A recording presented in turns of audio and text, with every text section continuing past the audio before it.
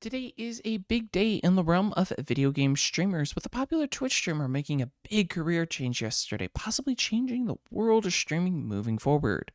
Okay, so what happened exactly? Well, that's a great question. On Friday, a famous streamer from Twitch made it into the news, and no, for once, it's nothing about their channel getting shut down. The streamer in question is XQC, one of the largest Twitch streamers for not just this year, but also the last several years, going all the way back to 2020. This dude's been at the top of the charts for most popular streamer, most stream time, you name it, he's at the top of the charts. What he did, though, was actually huge. He signed a $70 million contract with Kick, with the additional assets being valued at nearly $30 million, making his contract for 2 years valued at nearly $100 million. To put in context for everyone just how big of a deal this is, $100 million is more than LeBron James's contract from last year, which in and of itself was considered one of the largest. For those who don't know, Kick is a somewhat new streaming platform that launched over the last couple of months, basically. And the main reason for their platform start actually was Twitch. Last year, Twitch, in an effort to protect minors from seeking gambling on their platform, and personally, I suspect to also cover their ass from legal issues, they outlawed any form of online gambling from being streamed on the platform. This was a good thing that had streamers and viewers rejoicing, holding hands, saying, "Yay, Twitch did something right." No, they didn't, at least according to a handful of streamers on the platform. Many Twitch online gamblers, who was basically the main people who were upset about this move, were very upset by the move because they were now no longer allowed to stream the content that was making them batshit ton. One of the most popular streamers in the online gambling area at this time, his name is Trainwreck. Basically, he was upset with these new policies in October of 2022, which is understandable. You know, a lot of his money was taken away. And with really no other option left, he went out and decided to help found his own live streaming platform. Basically, he and a couple other people decided, you know what, let's go through and let's make Kick. It's a live streaming platform. It launched earlier this year in January, and its Android mobile app actually launched later in February, if I remember correctly. And to be honest, the service didn't start off amazingly.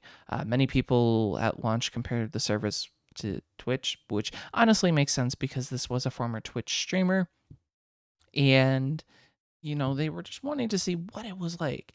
And to be honest, without any surprise, most people were able to find many similarities, both in terms of how the service worked as a whole, to even the general UI of Kick. It very much looks like they just straight up ripped off the Twitch UI element, to be honest. For many, though, they didn't care. Kick was a way for streamers to continue their online gambling streams, which, even to the date, is the only platform to allow that content, really, for the most part. And it's been a rather successful platform. Obviously, they're still small and that they're still growing, but they're doing a lot better than a lot of other live streaming platforms that have been started over the last couple of years. I mean, they've got more active users than Microsoft's failed Mixer. And a lot of this is actually due to a couple things. One of which is their 95 to 5% split with creators. Basically, what this is if you were a content creator on Kick, basically you make 95% of your income, and Kick only takes 5%. So if you have $10 in subscriptions, you're walking away with $9.50, and they're only taking 50 cents. That's huge. No other, the conversation about other social media platforms has been that no one really even wants to do 70-30 splits anymore. So the fact that Kick is doing a 95 to 5 split is just mental because it's never been done before. And what's nice about Kick on top of all of this is that obviously XQC is not the only streamer that they've signed contracts with to come and stream on their platform.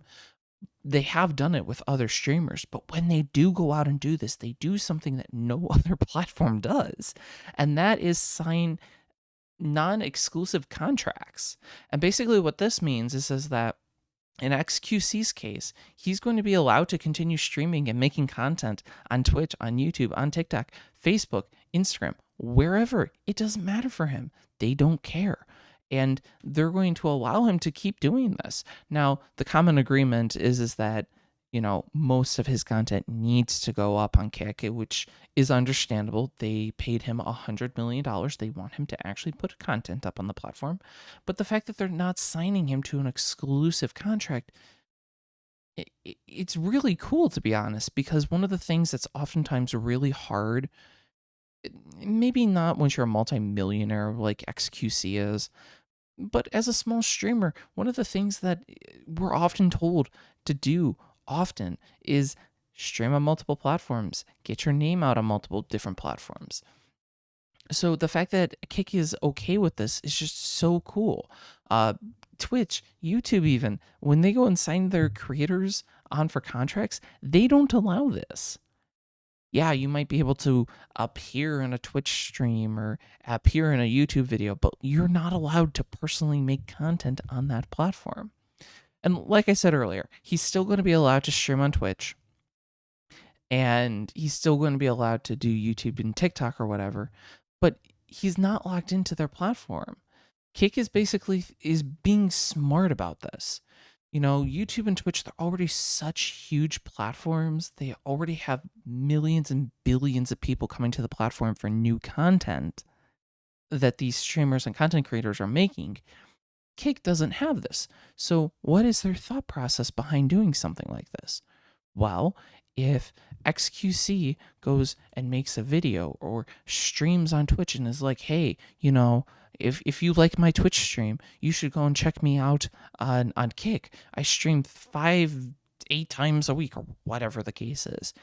He can go and promote his Kick, because that's not against the rules. You can promote social media on other social media. He can go and promote his Kick and bring in viewers from other platforms to introduce them to Kick. It's actually really smart if it works. The only thing that my thought process is yes, I'm a small streamer. I understand that. But the one thing that is true across the board is getting people to move platforms and to switch or just view your stream on another platform is sometimes incredibly difficult, because people don't always like having another app on their phone or remembering another website to go to. They just want to go to YouTube and follow Cyber Nano VT, shameless plug. They want to just go and follow him and just watch his YouTube videos or watch his YouTube streams. They don't want to have to go and watch him on Twitch, and that's fine. But that's going to be the big hurdle that they're going to have to tackle, because obviously Kick paying this much money, they're going to want to start making their money back as soon as possible so that they can start investing this into other streamers. I mean, Kick themselves are supposedly, I don't honestly know that this will go anywhere, but supposedly Twitch or Kick is wanting to come out and do an hourly pay system for their streamers. Excuse me, what? Basically, for anyone who doesn't know, when you make content on YouTube or Twitch, your content is primarily donations and ads, sponsorships if you're lucky enough to get them.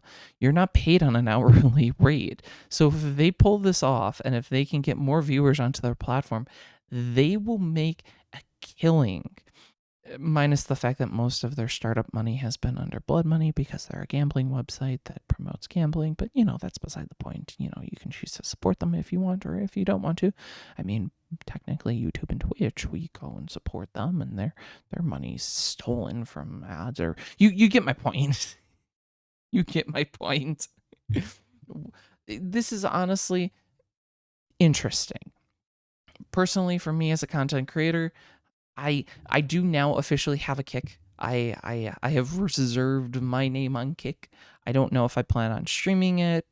I don't know if I just plan on holding on to the domain just to protect my IP. I haven't really decided.